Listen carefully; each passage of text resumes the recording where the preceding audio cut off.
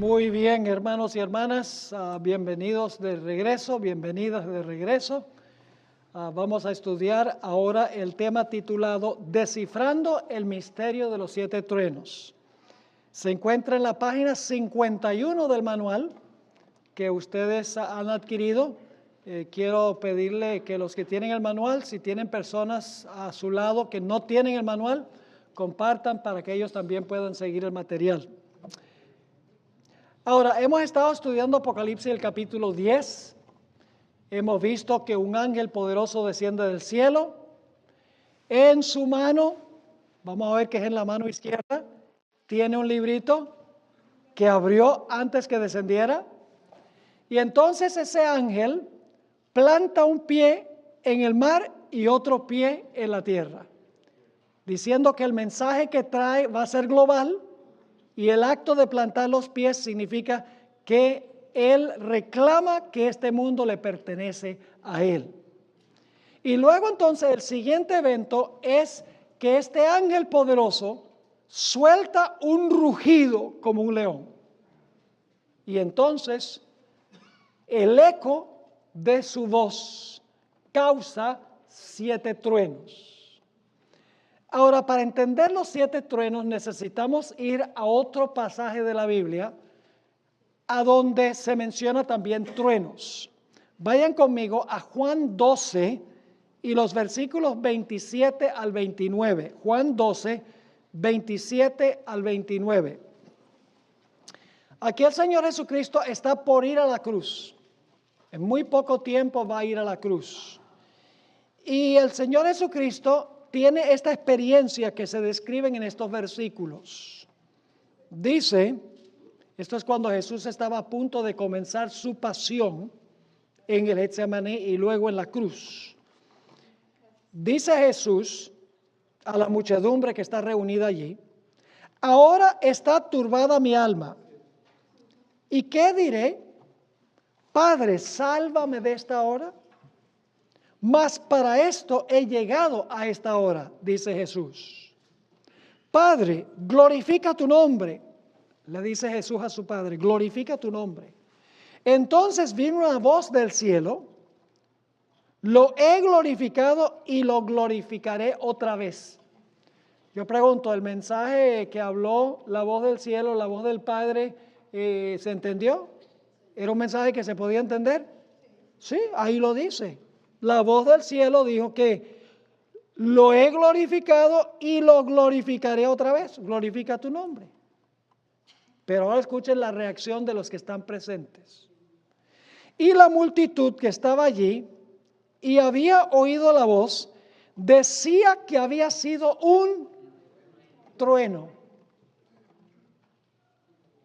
Y luego dice, otros decían, un ángel le ha hablado. Yo pregunto, ¿en Apocalipsis 10 habla un ángel poderoso? ¿Imparte un mensaje que se puede entender? ¿Y cómo suena el mensaje que se puede entender? Suena como 7 ¿qué? Habla, ruge como león y entonces repica su voz en 7 truenos. Ahora miremos algunos detalles en cuanto a los 7 truenos. En primer lugar, vamos a hablar del librito de Daniel 8 al 12. Ya hemos hablado del libro que fue sellado y cerrado para ser abierto en el tiempo del fin. A ese libro se le quitó el sello cuando el ángel descendió del cielo, ¿sí o no? En Apocalipsis 10, el ángel desciende del cielo con el librito abierto. Es decir, el libro que fue sellado ahora es ¿qué? Ahora es abierto. Entonces yo pregunto, si el librito de Daniel 12:4 ahora es abierto, ¿se puede entender el mensaje central de ese librito? Si se le quita el sello y se puede entender, claro que sí. Pero ahora escuchen bien. En contraste con el libro de Daniel 12:4, el librito que fue sellado hasta el tiempo del fin, aquí encontramos que los 7 truenos imparten un mensaje y luego después de impartir el mensaje, Juan lo entendió, ¿sí o no? Juan lo entendió, claro que lo entendió. ¿Cómo sabemos que Juan entendió el mensaje de los 7 truenos. Los 7 truenos no fueron ruido, hermanos y hermanas.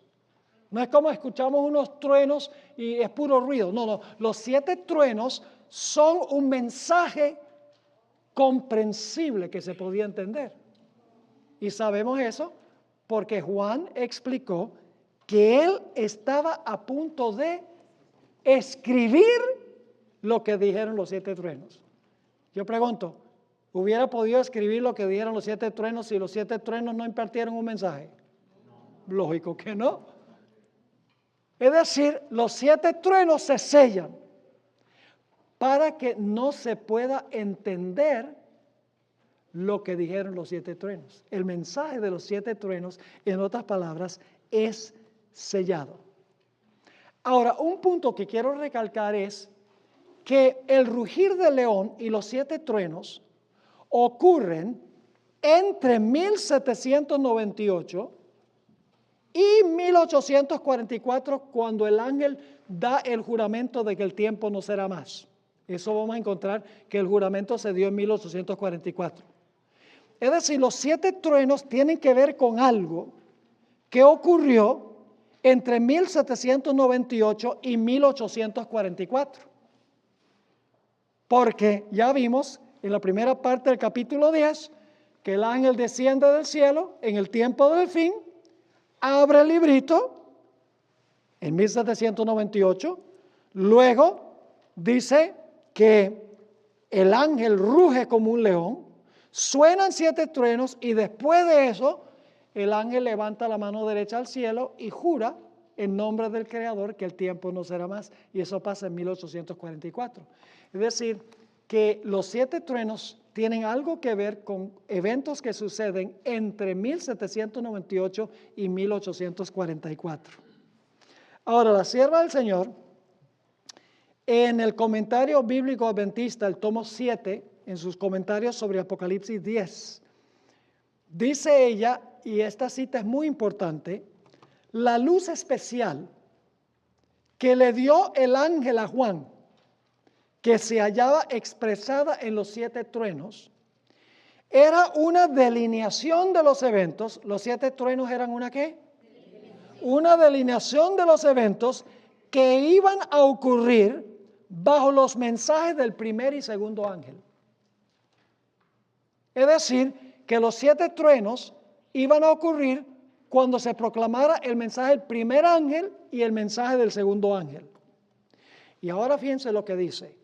No era lo mejor que la gente conociera estas cosas.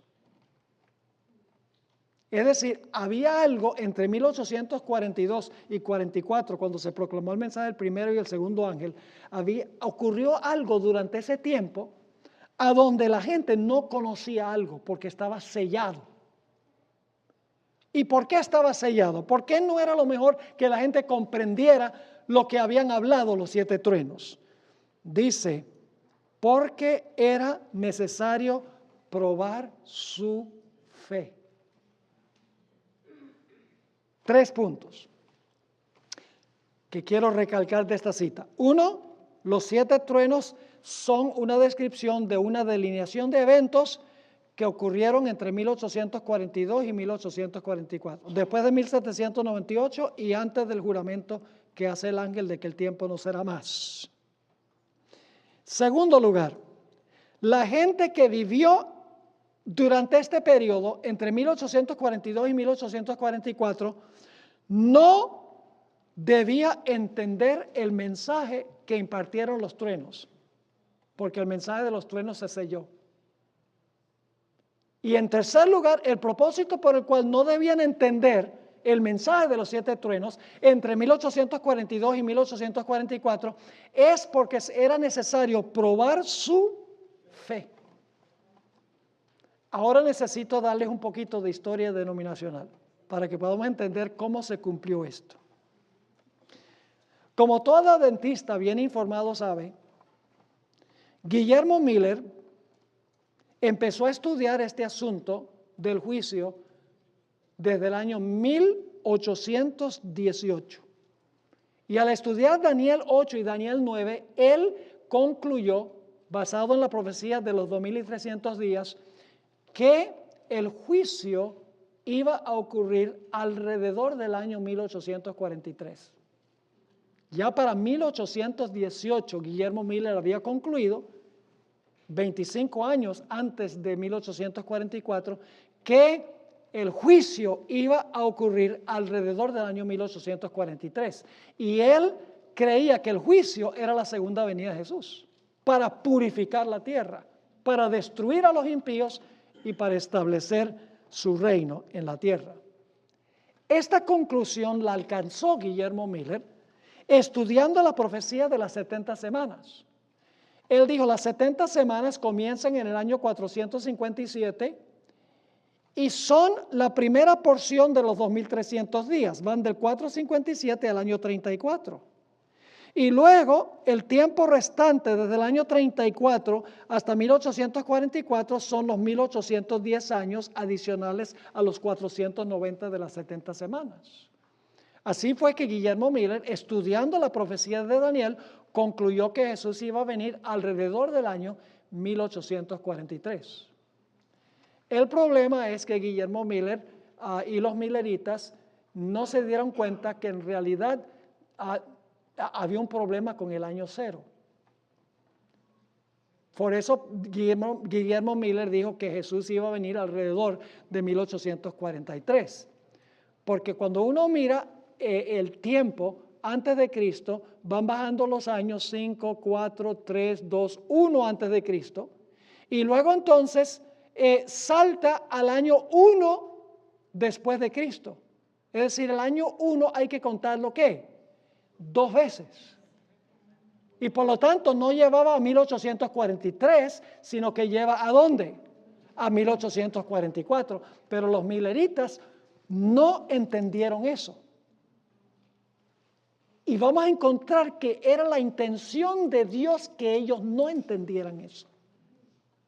Los truenos fueron sellados. Ese fue parte del mensaje de los 7 truenos, que ellos no debían entender que habían cometido un error al decir que Jesús iba a venir alrededor del año 1843. Ahora, al principio los milleritas enseñaban que Cristo iba a venir en la primavera de 1843, porque el año religioso judío empieza en la primavera. Y entonces viene la primavera, cuando comienza el año religioso judío. Pero luego, después de eso, estudiando un poco más detalladamente, se dieron cuenta que se habían equivocado y vieron que Jesús iba a venir, pensaron que Jesús iba a venir en el otoño de 1843. Y la razón por la cual concluyeron eso es porque las fiestas primaverales se habían cumplido al pie de la letra, la Pascua, el pan sin levadura, las primicias y el día del Pentecostés se habían cumplido en la fecha exacta y por lo tanto dijeron el día de expiación, la purificación del santuario sucedía en el otoño, así que Cristo viene es en el otoño del año 1843. Pero nuevamente se habían equivocado. Luego entonces pensaban que Jesús iba a venir en la primavera de 1844, cuando descubrieron el error del año cero. Pero nuevamente fueron chasqueados porque Jesús no vino en la primavera de 1844. Finalmente, el 12 de agosto de 1844, en un campestre, en una carpa en la ciudad de Exeter, en el estado de New Hampshire, un laico con el nombre de Samuel S. Snow demostró que las fiestas primaverales se habían cumplido en la fecha exacta en que se celebraba la fiesta entre los judíos. La Pascua, 14 de Nisan. Pan sin levadura, 15 de Nisan. Las primicias, 16 de Nisan. Pentecostés 50 días después en el 6 del mes de Sivan. Dijeron, se cumplieron en el mes y en el día y en el año exacto que decía la profecía. Así que él dijo, por lo tanto, el día de expiación tiene que cumplirse también en el año 1844, en el otoño, porque eso es cuando el día de expiación es, y tiene que ser el día y tiene que ser el mes en que cae el día de expiación de los judíos en 1844. Y así fue que ellos se emocionaron, hubo un gran reavivamiento, porque dijeron, el Señor Jesucristo entonces viene en el gran día de expiación para purificar la tierra. No se dieron cuenta que en la Biblia la tierra nunca se menciona como el santuario. Cometieron un error. Y cuando vino el 22 de octubre de 1844, pasó ese tiempo y quedaron otra vez chasqueados. Los 7 truenos que fueron sellados, el mensaje fue sellado, fue de parte de Dios para que la gente no entendiera esta serie de errores que ellos habían cometido en los cálculos proféticos.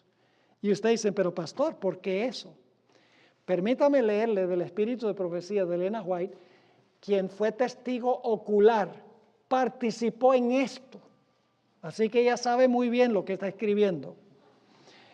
Quiero leerles en cuanto al chasco que sufrieron en 1843. Elena White escribió en Primeros Escritos 235, vi a los hijos de Dios que esperaban gozosamente a su Señor en 1843.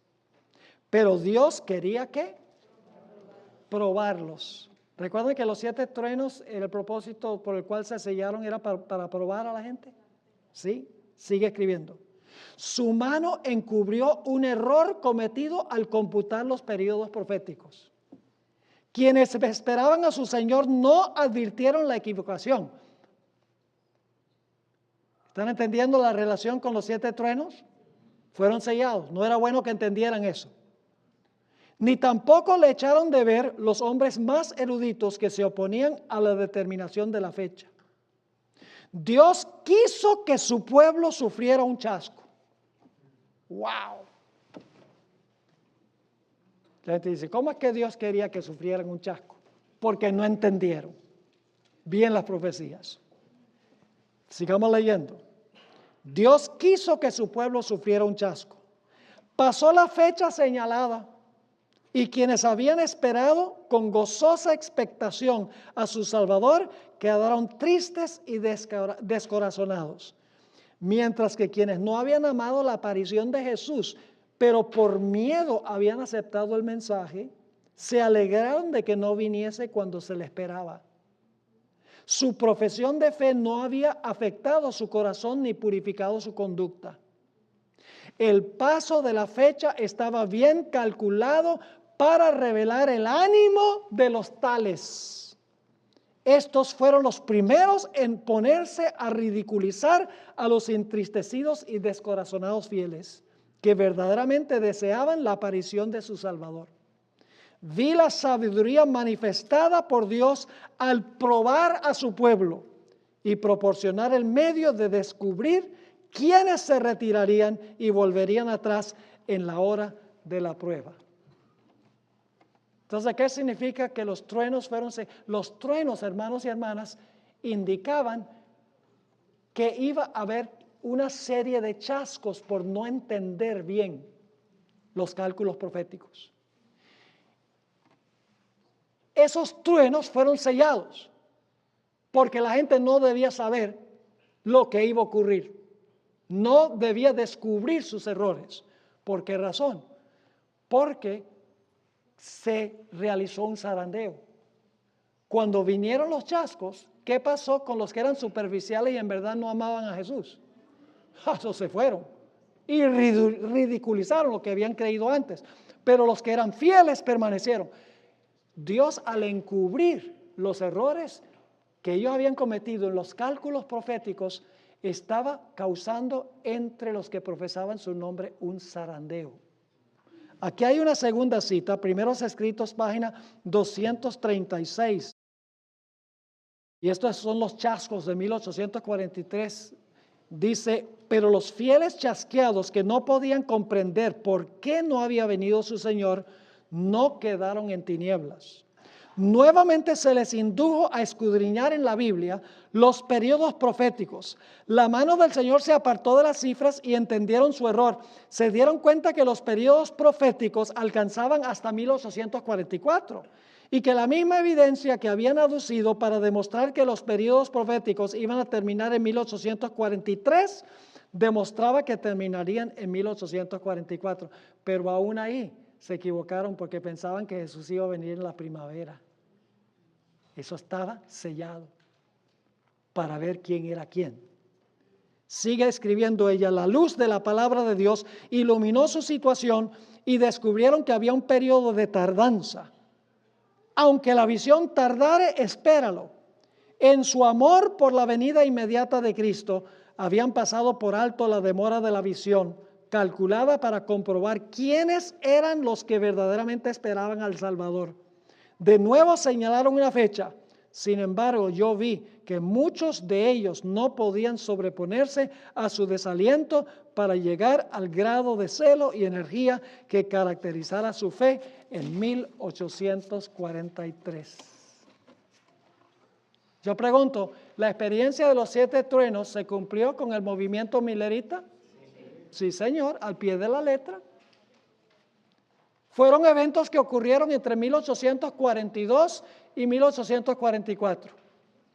Primero, Cristo viene alrededor del año 1843. Primero la primavera de 1843. Luego entonces el otoño de 1843. Luego la primavera del año 1844. Y finalmente el otoño, 22 de octubre de 1844. Aún allí todavía los 7 truenos estaban sellados. El mensaje de los 7 truenos que les decía que iba a haber una serie de chascos. Eso se cumplió al pie de la letra. Tal cual lo dice Elena G. de White. Ella estuvo en ese movimiento. Y el propósito era probar la fe del pueblo de Dios, para ver quién era un verdadero creyente y quién no. Por eso Dios dice, inclusive puso su mano para encubrir un error. Ahora la gente dice, ay, ¿cómo es posible que Dios haga eso? Bueno, vamos a mirar un paralelo de la Biblia que vamos a estudiar un poquito más adelante en esta serie. ¿Quién planificó la entrada triunfal de Jesús a Jerusalén? ¿Quién fue el que organizó todo para que Jesús entrara triunfalmente a Jerusalén? Jesús. Jesús no mandó a los discípulos para buscar el pollino. Jesús no se sentó en el asno, sabiendo que los reyes judíos se sentaban en asnos. Jesús no permitió que lo llevaran por allá por Jerusalén y que dieran Hosana al rey de los judíos. Jesús sabía que iban a quedar chasqueados. ¿Lo sabía? Entonces, ¿por qué lo planeó? Porque era necesario ver quién era quién. Era necesario ver quién en realidad amaba a Jesús y quién no. ¿Y saben algo? Menos de una semana después, cuando Jesús fue crucificado, muchos de los que habían estado emocionados cuando Jesús entró a Jerusalén, fíjense que estaban equivocados en cuanto al evento. Jesús estaba cumpliendo la profecía de las 70 semanas. Iba a ser crucificado, que la profecía de las 70 semanas anuncia a la mitad de la semana iba a ser crucificado. Pero entendieron mal el evento. Igual que en 1844, se iba a cumplir la profecía de los 2300 días, pero se equivocaron en cuanto al evento que iba a ocurrir. Menos de una semana después, muchos de esos que habían alabado a Jesús, Hosana al rey de los judíos, estaban gritando, crucifícale. Dios permitió que se encubriera un error con el fin de causar un zarandeo para revelar, para que quedara el remanente fiel, que fue el remanente que quedó en el aposento alto en el día del Pentecostés. ¿Están conmigo? Ahora yo voy a pasar por alto la siguiente sección, una cita mal interpretada porque me tomaría mucho tiempo tratar esa sección, pero les animo de que en el manual lean en la página 54 esa explicación, porque se ha usado una cita de la hermana White, a donde la hermana White parece decir que los 7 truenos, ella escribió en 1900, que los 7 truenos aún estaban en el futuro. Ahora, si los 7 truenos estaban aún en el futuro, en el año 1900, entonces no se cumplieron entre 1842 y 1844. Pero es una cita que es mal interpretada. En realidad, la hermana White, cuando dice que los 7 truenos, en 1900 dice que los 7 truenos están anunciando eventos futuros, ella no está diciendo que estaban en el futuro en sus días, sino que estaban en el futuro desde la perspectiva del tiempo de Daniel y de Juan. Estaban futuros desde el marco de referencia de Daniel y de Juan, no en el futuro desde el marco de referencia cuando vivía la hermana White. Si leen cuidadosamente esa cita, van a encontrar que esa es la interpretación correcta de la cita, porque la gente usa muchas veces muy mal el espíritu de profecía porque no leen con cuidado. La hermana White es explícita que los 7 truenos se cumplieron cuando se proclamaron los mensajes del primero y el segundo ángel, que fue entre 1842 y 1844. Eso está supremamente claro en sus escritos. Ahora hablemos sobre el juramento del ángel. El juramento se hace el 22 de octubre de 1844. Han sucedido varios eventos. 1798, se abre el libro en el cielo. Jesús desciende con el libro para impartir este mensaje. El ángel poderoso planta los pies en tierra y mar, diciendo que este mensaje que sale del librito se debe proclamar globalmente, que es el mensaje de la hora del juicio ha llegado. Al plantar los pies está diciendo esto es mío, y luego entonces proclama con voz de león los 7 truenos, y se le dice a Juan, sella los truenos para que no puedan entender lo que dicen los truenos. Esos fueron los chascos por interpretar mal las escrituras entre 1842 y 1844. Después de los 7 truenos, entonces, el ángel, en 1844 vamos a encontrar, levanta su mano derecha al cielo. Y usted dice, pastor, ¿cómo sabe que es la mano derecha? Porque el texto no lo dice. Bueno, es muy sencillo, porque el ángel tiene el libro en una mano. ¿Qué mano se usa para juramentar? ¿La izquierda?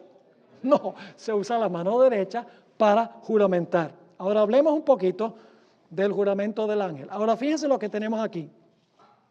Después que el ángel desciende con el librito abierto, ¿qué fecha es eso? 1798. Los truenos habían impartido su mensaje. ¿Qué fecha es eso? 1842, la primavera a 1844. El mismo ángel luego, ¿qué hace? Así que tiene que ser en el año 1844, ¿sí o no? Porque estamos andando en orden cronológico. ¿De acuerdo? Así que dice, el mismo ángel levantó la mano derecha al cielo e hizo un juramento en el nombre del Dios eterno, el Creador, y el juramento dijo que el tiempo no sería ¿qué? Más. Ahora, ¿a qué se refiere esto que el tiempo no sería más? ¿Será que esto se refiere al cierre de la puerta de la gracia? ¿Será que cuando dice que el tiempo no será más, se refiere a la segunda venida de Jesús? No. Permítame leerles del Espíritu de Profecía. En el comentario bíblico adventista, tomo 7 páginas 971, la sierva de Dios explica en cuanto a este juramento que el tiempo no sería más. El tiempo, cuando dice el tiempo no será más, no se refiere al cierre de la gracia ni a la segunda venida, se refiere a otra clase de tiempo. Dice, el tiempo al cual se refiere el ángel con un solemne juramento no es el fin de la historia de este mundo, ni del tiempo de gracia, sino el fin de los tiempos proféticos que se habían de cumplir antes de la segunda venida de nuestro Señor. Es decir, el pueblo de Dios no tendrá otro mensaje que se base en tiempo definido. Después de este periodo, que abarca desde 1842 hasta 1844, ven, ahí están las fechas que les mencioné, no se podrá hacer ningún cálculo de los tiempos proféticos. El periodo más largo alcanzó hasta el otoño de 1844. Así que ¿a qué tiempo se refiere el ángel cuando dice que el tiempo no será más? El fin de los tiempos proféticos. ¿Qué son los tiempos proféticos? Los 1260 días, los 1290 días, los 1335 días, los 3 días y medio, los 10 días del mensaje a la iglesia de Esmirna, los 2300 días, que es la profecía más larga de tiempo de la Biblia. Es decir, no va a haber más profecías específicas de tiempo que especifiquen algún evento profético. No habrá más fechas para eventos proféticos. 1844, octubre 22 es la última. Eso quiso decir el ángel cuando dijo: el tiempo no será más. Ahora permítame leerle otra cita de la hermana White, y entonces después de eso yo voy a darles 2 razones por las cuales bíblicamente la hermana White tiene razón al decir que el tiempo que se menciona aquí son tiempos proféticos y no el fin del mundo ni el cierre de la gracia. En Mensajes Selectos, tomo 2, página 133, ustedes la tienen en el manual. Este mensaje, que el tiempo no será más, anuncia el fin de los periodos proféticos. El chasco de los que esperaban ver al Señor en 1844 fue en verdad muy amargo para los que habían aguardado tan ardientemente su aparición. Dios permitió que ocurriera este chasco y que los corazones se manifestaran. Así que dice que el tiempo no será más, se refiere al fin de los tiempos proféticos. Ahora, eso lo dice la hermana White, pero la Biblia lo corrobora. Y ustedes dicen, ¿cómo? Por 2 razones. Número 1, este juramento lo hace el ángel durante el periodo de ¿cuál trompeta? La 6ª trompeta. ¿Cuándo se cierra la gracia y termina la historia de este mundo? En la 7ª. Quiere decir que el mensaje que el tiempo no será más todavía se proclama mientras la puerta de la gracia está abierta antes de la segunda venida de Jesús. ¿Están conmigo? Sí. Segundo punto, y este es muy importante. Después que el ángel hace el juramento y Juan se come el librito y es dulce en la boca y amargo en el vientre, se le dice a Juan: profetiza de nuevo. ¿De qué vale que profetice de nuevo si se acabó el mundo? ¿Están conmigo? ¿De qué vale profetizar de nuevo si la puerta de la gracia se cerró? ¿Para qué se va a profetizar de nuevo? Por estas 2 razones sabemos que la hermana White tenía razón al decir que el tiempo no será más, se refiere a los periodos proféticos. El libro de Apocalipsis y Daniel mencionan varios periodos proféticos: 42 meses, 1260 días, 3 tiempos y medio, 3 días y medio, 2300 días, 1290 días, 1335 días. Y hay adventistas que están tratando de reaplicar estas profecías de tiempo. Y están diciendo, bueno, los 1290, los 1335 marcan el tiempo de la ley dominical nacional y la ley dominical internacional. Hermanos y hermanas, no hay más profecías de tiempo. No hay. Se acabaron en 1844. Es la profecía más larga. Así que si viene alguien fijando tiempo, húyanle como a la lepra. Porque ha habido muchos falsos profetas que se han levantado en la iglesia adventista en los últimos años, prediciendo que Cristo es que viene en el año 2031. ¿Quién les autorizó para decir eso? Y lo hacen calculando por cuánto tiempo vivió Adán antes de pecar. Dios no nos ha llamado a poner una fecha de la segunda venida. Otro individuo, no voy a mencionar el nombre, es amigo, pero discrepamos de esto. En el año 2008, cuando hubo la debacle económica en los Estados Unidos, él dijo, mire, esto está profetizado en la historia de José en Egipto. Los 7 años de abundancia fue desde el año 2001 hasta el año 2008. Y ahora a partir del 2008, como se ha caído la economía y hay una recesión de las peores que hay desde 1929, dice, En los próximos 7 años va a haber ley marcial, el gobierno se va a posesionar de todo lo que tenemos y vamos a tener que vivir del gobierno. Y aquí estamos en el año 2017 y no ha pasado. Falso profeta. Y mucha gente le creyó. Y usó eso para animar a la gente de que donara para su ministerio. Porque miren, no hay mejor manera de recaudar fondos de la gente que dando fechas para eventos proféticos. Pero es mentira. Y Dios no acepta ese método de alarmismo y decir, uy, viene la ley dominical, está pasando esto y aquello. Donen para acá, para que nosotros podamos proclamar mensajes. No, Dios no aprueba que nosotros recaudemos fondos asustando a la gente. Jamás. Ahora, escuchen. Algunas versiones de la Biblia, la mayoría de las versiones modernas, por lo menos en inglés, en vez de traducir el tiempo no será más, traducen no habrá más demora. There will no longer be any delay. El problema con esta traducción es que se desconecta con la profecía de tiempos de los 2300 días. Cuando se dice el tiempo no será más, inmediatamente sabemos que como tiene que ver con el librito y el librito tiene que ver con los 2300 días, entonces cuando se cumplen los 2300 días ya no va a haber más profecías de tiempo. Pero la mayoría de las versiones, la única versión que dice time will be no longer, el tiempo no será más, es King James. Hasta el New King James pone no habrá más demora. Esta es una traducción errada. Aunque todas las versiones modernas la usan, es errada. Y ustedes dicen, ¿por qué?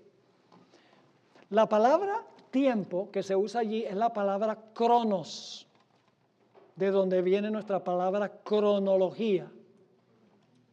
¿Han oído hablar la palabra cronología? Ya, la palabra cronos. Ahora escuchen bien. La palabra cronos se usa en Apocalipsis 3 otras veces fuera de esta vez.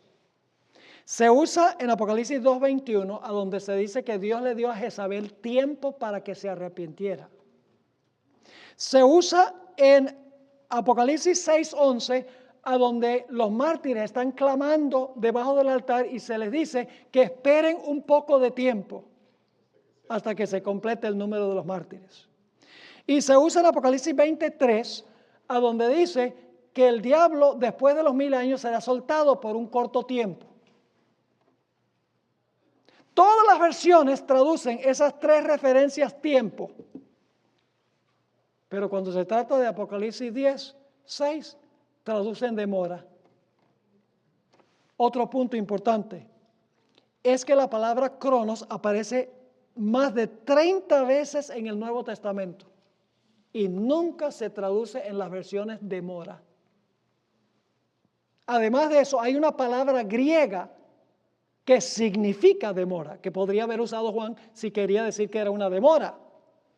La palabra cronizo se usa en Mateo 24:48, a donde dice el siervo infiel, mi Señor demora su venida.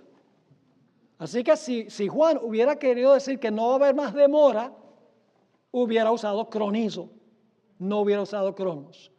Así que el hecho de que las versiones modernas todas traducen demora, yo creo que es el propósito de desconectar la profecía de Apocalipsis 10 de la profecía de Daniel, el capítulo 8 al 12.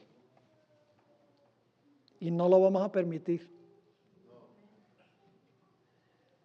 Ahora, la iglesia adventista nunca ha fijado una fecha para ningún evento profético.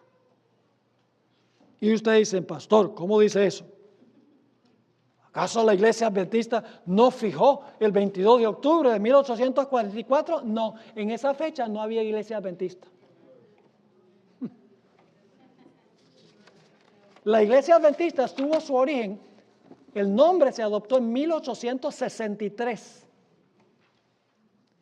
El 22 de octubre de 1844 fue establecido por muchos eruditos de muchas denominaciones religiosas, antes de 1844.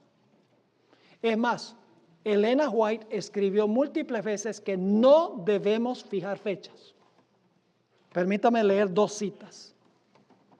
El Señor me mostró, esto es Review and Herald, julio 21, 1851. El Señor me mostró que el mensaje del tercer ángel debe avanzar y debe proclamarse a los hijos esparcidos de Dios y que no debe depender de fechas. Pues el tiempo no será nunca más una prueba. Vi que algunos eran sujetos de una falsa excitación provocada por predecir fechas y que el mensaje del tercer ángel es más fuerte de lo que puede ser el tiempo. Vi que este mensaje puede permanecer sobre su propio fundamento y que no necesita de fechas para fortalecerse y que proseguirá con gran poder y efectuará su obra y será abreviado en justicia. ¿Saben por qué muchos fijan fechas? Porque quieren animar al pueblo de Dios. Quieren que la gente se despierte y se emocione.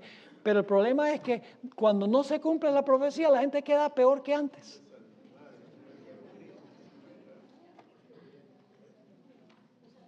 Como el niñito que decía, ¡lobo, lobo! ¡Wow! Todo el mundo venía, vamos a salvar al niño. ¡Ah! No hay lobo. Y luego unos días después, ¡lobo, lobo! ¡Ah! Todo el mundo venía corriendo.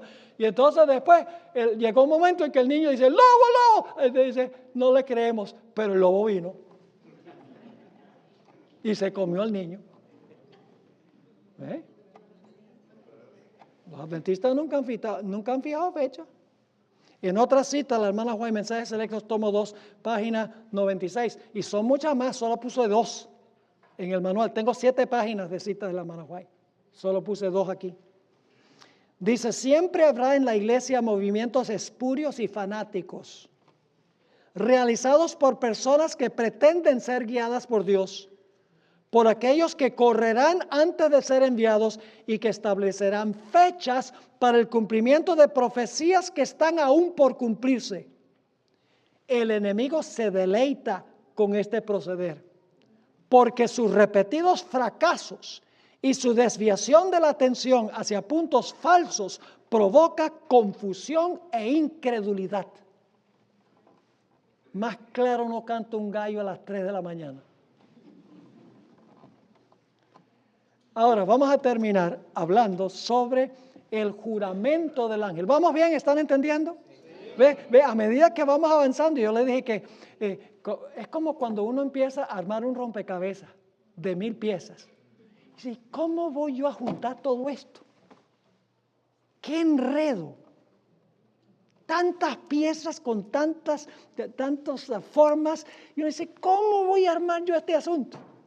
Pero entonces uno empieza a armar la ficha, empieza a captar el cuadro completo. Y entonces cuando ya pone la última pieza, dice, wow, ahora sí veo. Así es, estamos nosotros dando un pedacito aquí, otro pedacito allá, otro pedacito allá. Cuando se junte todo, cuando llegamos al final, entonces van a decir, qué privilegio pertenecer a la iglesia remanente del Señor. Ahora hablemos del juramento. La mitad de la página 56. Tanto Daniel como Apocalipsis mencionan el juramento del ángel. Esto demuestra que hay una conexión entre Daniel y Apocalipsis 10, porque ambos mencionan el juramento del ángel. Pero escuchen bien, mientras que en Daniel el ángel levanta la mano al cielo, levanta en realidad las 2 manos al cielo en Daniel. En Apocalipsis solamente levanta una mano. Y usted dice, pero ¿por qué entonces en Daniel el ángel cuando hace el juramento levanta las 2, mientras que en Apocalipsis levanta una? Es muy sencillo, porque en Daniel todavía no tenía el librito. En Apocalipsis ya tenía el librito en una mano. Pero cuando hizo el juramento en Daniel, el libro no se había publicado todavía. Así que en Apocalipsis levanta la mano derecha, porque tiene el librito en la mano izquierda. En Daniel, como no tiene todavía el librito, levanta las 2 manos. Pero en Daniel el juramento se hace solo en el nombre del Dios eterno. Pero en Apocalipsis, este ángel poderoso hace el juramento en el nombre del Dios eterno, el creador del cielo y todo lo que está en él, la tierra y todo lo que está en él, el mar y todo lo que está en él. ¿Tiene eso alguna conexión con el mensaje del primer ángel?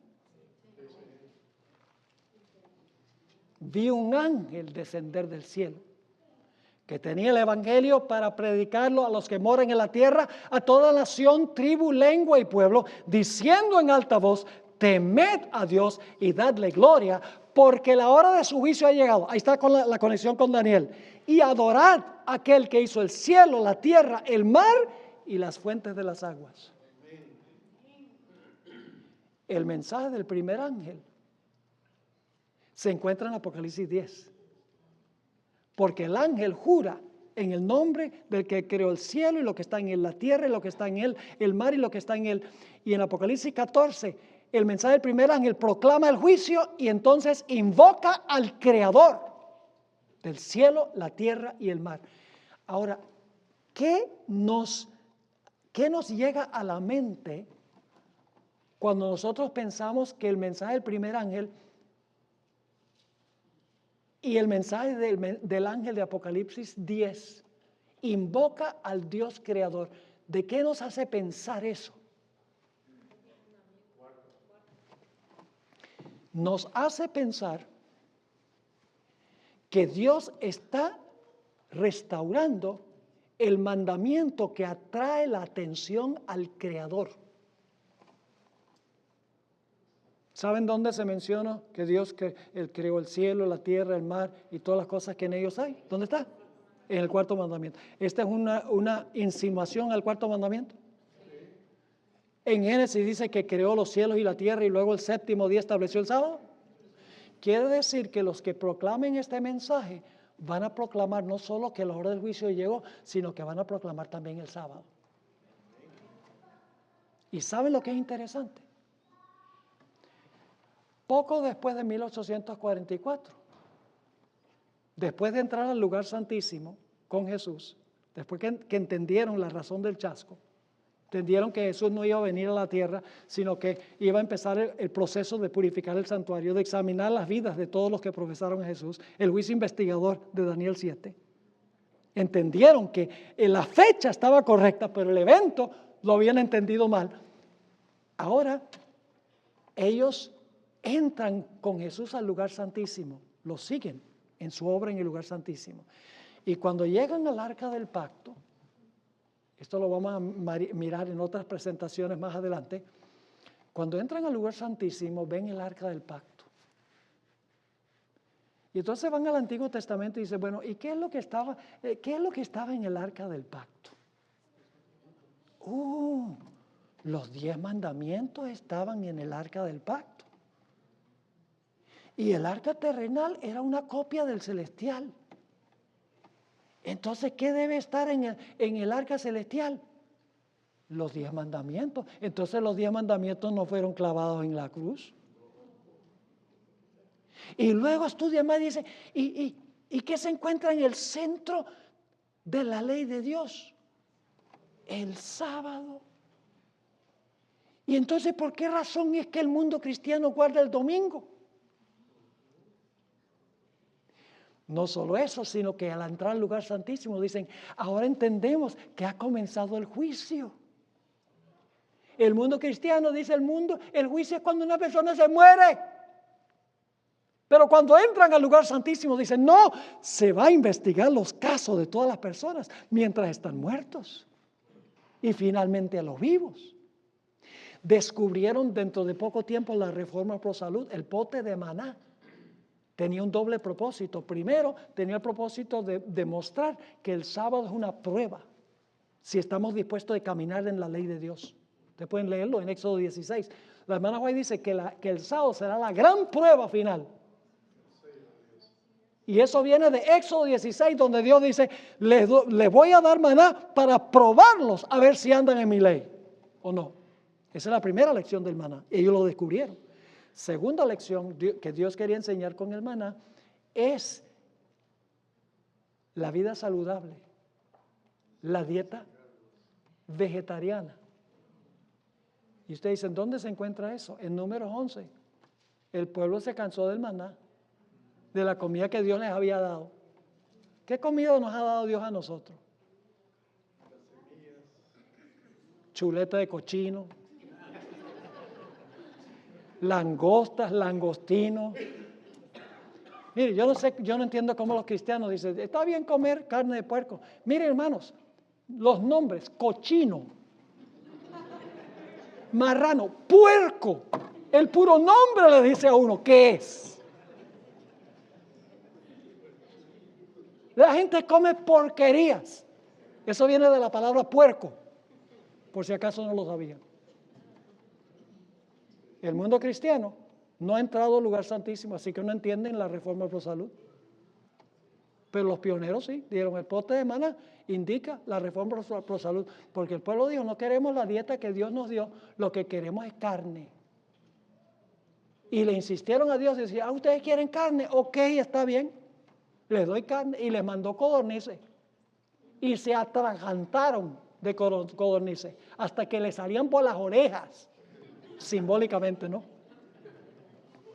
Y se enfermaron y hubo una mortandad entre el pueblo, porque no obedecieron lo que Dios había dicho concerniente a la dieta.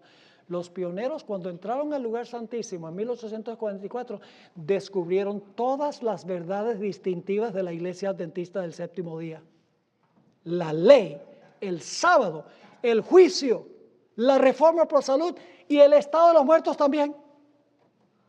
¿Saben cómo descubrieron el estado de los muertos? Muy sencillo. Si el juicio comenzó en 1844 y se empiezan a juzgar los que profesaron el nombre de Cristo, entonces nadie se fue al cielo ni al infierno cuando se murieron. ¿Entienden?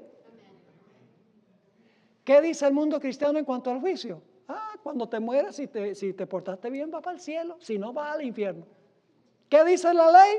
Clavada en la cruz. ¿Qué dice del sábado? Para los judíos. ¿Qué dicen de la comida? Dicen, la oración santifica lo que Dios maldijo.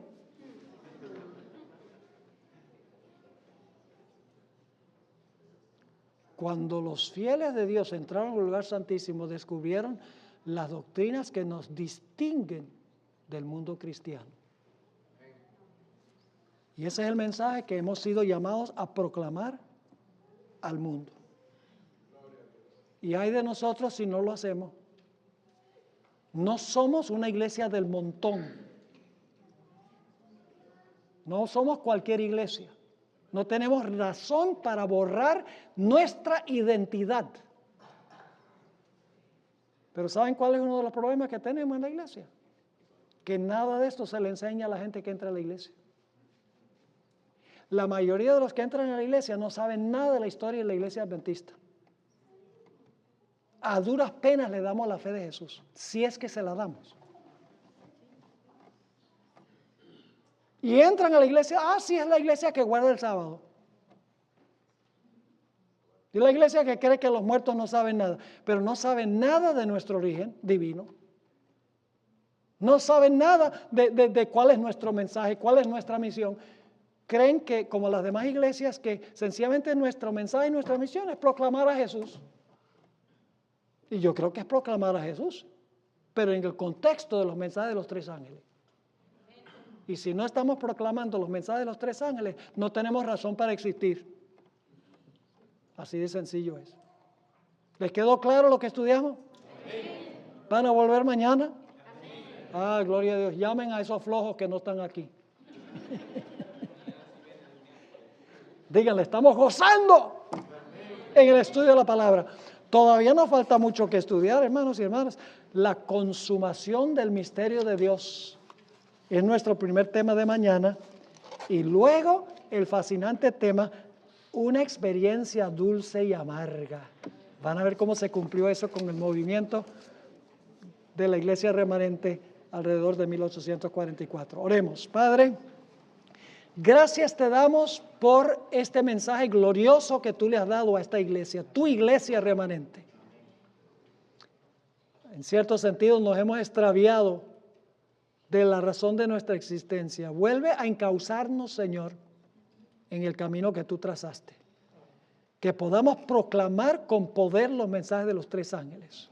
Porque sabemos que cuando se haga, el mundo se va a dividir en dos grupos y se va a acabar esto. Estamos cansados de vivir en este mundo de sufrimiento, clamor y dolor y muerte. Queremos que Jesús venga. Anhelamos que venga. Señor, que esa esperanza gloriosa arda en nuestro corazón. Que no quede encerrada en el corazón, sino que la proclamemos a toda persona con quien entremos en contacto.